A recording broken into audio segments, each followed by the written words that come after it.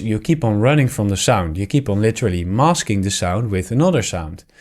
And if your brain doesn't hear your tinnitus and continuously gets signals from you saying, oh, I don't want to listen to my tinnitus, it's a dangerous sound, it's an annoying sound, I want to mask it with another sound, then your brain thinks, okay, apparently this sound is dangerous and an annoyance and I should pay attention to it. The system that's fueling this is the same system that's fueling your stress levels. It's called the fight or flight mechanism. And in the past, thousands of years ago, the threat was a tiger jumping out of the bushes. And then our heart rate would increase, our blood pressure would increase, and we would be ready to fight or flight from the wild animal.